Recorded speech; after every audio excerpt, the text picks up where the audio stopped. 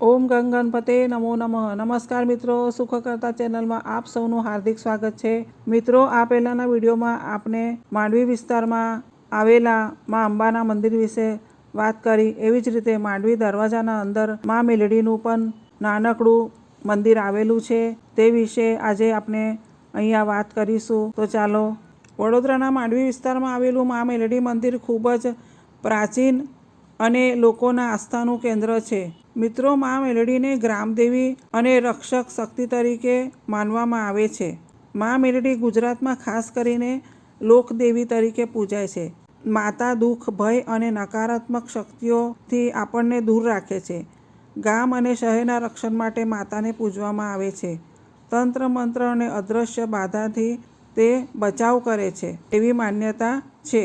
સ્થાનિક માન્યતા મુજબ માંડવી વિસ્તાર પ્રાચીન સમયમાં વેપાર અને વસાહત માટે જાણીતો છે. હાલમાં પણ તે વેપાર માટે જ જાણીતો છે. લોકો પર આવતી મુશ્કેલીઓ, રોગ અને અશાંતિ દૂર કરવા માટે ભક્તોએ માતાને પ્રાર્થના કરી. માતા મેલડી પ્રસન્ન થઈ અને અહીંયા પ્રગટ થઈ ભક્તોને રક્ષણ આપવાનું વચન આપ્યું. તે બાદ અહીં નાનું સ્થાનક બની ગયું, જે સમય જતાં મંદિરમાં પરિવર્તિત થયું. મા મેલડી આસ્થાનું એક સ્વરૂપ છે. એવી માન્યતા છે કે અહીં માંગેલી માનતા ચોક્કસ પૂર્ણ થાય છે એવી ભક્તોમાં શ્રદ્ધા છે. કોઈ બાધા, ડર કે અચાનક સમસ્યા હોય તો માતા પાસે પ્રાર્થના કરવામાં આવે છે. વેપારીઓ અને પરિવારો નવા કામ પહેલાં અહીં દર્શન કરવા માટે આવે છે. માતા જાગૃત દેવી તરીકે ઓળખાય છે. મંગળવાર અને શનિવાર માતાના ખાસ દિવસ માનવામાં આવે છે. આ દિવસે ભક્તો મોટી સંખ્યામાં માના દર્શન કરવા આવે છે અને દર્શન કરીને ધન્યતા અનુભવે છે. નવરાત્રિ દરમિયાન વિશેષ પૂજા, ગરબા અને યજ્ઞ પણ થાય છે. મિત્રો, હવે જોઈશું પૂજા વિધિ શું છે. લાલ ચુંદડી, નારિયેળ, ફૂલ અર્પણ કરવા, તેલનો દીવો પ્રગટાવવો, મીઠાઈ અથવા પ્રસાદ ચડાવવો, માતાની આરતી અને સ્તુતિ કરવી. મા મેલડીની સ્તુતિ. જય મેલડી માં, કરુણાવાળી માં, ભક્તોની તું રક્ષક વાલી માં, તારા ચરણોમાં શીશ નમાવું, મારા દુઃખો તું દૂર કર. જય મા મેલડી, જય મા મેલડી.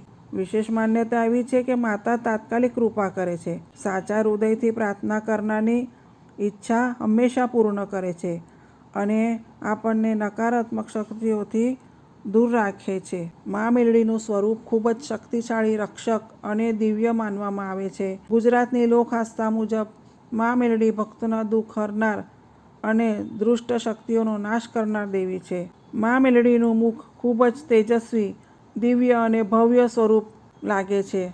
તેને ભક્તોની ખૂબ કાળજી છે. આંખોમાં અદ્ભુત તેજ અને કરુણા બંને જોવા મળે છે.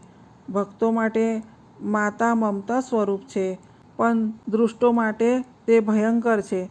માતાના માથા પર સોનાનો મુગટ એટલે કે મુકડું, ગળામાં હાર, હાથમાં કંકણ અને પગમાં પાયલ ધારણ કરે છે.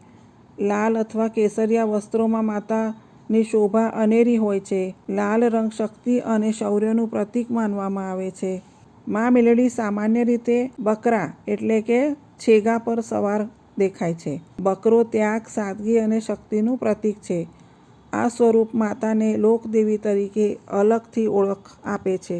માતાના હાથોમાં વિવિધ શક્તિના પ્રતીકો હોય છે, જેવું કે ત્રિશૂળ દુષ્ટોનો નાશ કરવા માટે, તલવાર રક્ષણ માટે, ખપ્પર અથવા તો વાટકી અહંકારનો નાશ કરવા માટે અને માતા હંમેશા આશીર્વાદના મુદ્રામાં હોય છે, જે ભક્તો પર કૃપા વરસાવે છે.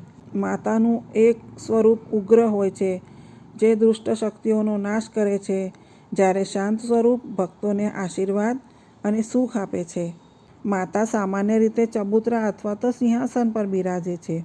મંદિરમાં દીવો, ધૂપ અને લાલ ચૂંદડીથી તેનું સ્થાન શોભી ઉઠે છે. મા મેલડીનું સ્વરૂપ માત્ર દેખાવ નહીં, પણ ઊંડો અર્થ ધરાવે છે. ત્રિશૂલ મન, બુદ્ધિ અને અહંકાર પર વિજય, લાલ વસ્ત્ર શક્તિ અને જીવન, બકરો સહનશીલતા અને સમર્પણ, અને તેજસ્વી ચહેરો સકારાત્મક ઉર્જા આપે છે. ભક્તો કહે છે, માતાના દર્શનથી અચાનક શાંતિ અનુભવાય છે, ડર અને નકારાત્મક વિચારો દૂર થાય છે, એક અજાણી શક્તિનો અહેસાસ અને આત્મવિશ્વાસ મળે છે. મિત્રો, આપને આજે આ વિડીયોમાં માંડવી વિસ્તારમાં આવેલ મા મેલડીના મંદિર વિશે વાત કરી. જો આપ સૌને અમારો આ વિડીયો પસંદ આવ્યો હોય તો પ્લીઝ લાઇક, શેર અને સબસ્ક્રાઈબ જરૂર કરજો. અને હા, કમેન્ટ કરવાનું ભૂલશો નહીં. જય મા મેલડી, જય જય મેલડી.